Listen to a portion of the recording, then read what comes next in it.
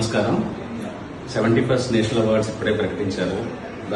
అందులో బేబీకి 2 national awards గెలుచుకున్నాం. అందులో చాలా ముఖ్యమైన కేటగిరీస్లో గెలుచుకున్నాం. ఒకటి బెస్ట్ స్క్రీన్ ప్లే, రెండోది బెస్ట్ మేల్ సింగర్.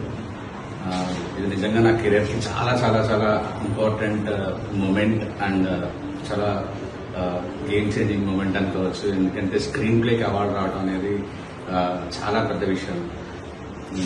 చాలా సంతోషంగా ఉంది. నేను ఒక్కటే చెప్తా, తను నమ్మకపోతే ఇది జరిగేది కాదు. ఒక చిన్న సినిమా తీసుకునే డైరెక్టర్ని తను నమ్మి ప్రొడ్యూస్ చేసి ఈరోజు నాకు ఈ గౌరవం తీసుకొచ్చి వచ్చాడు.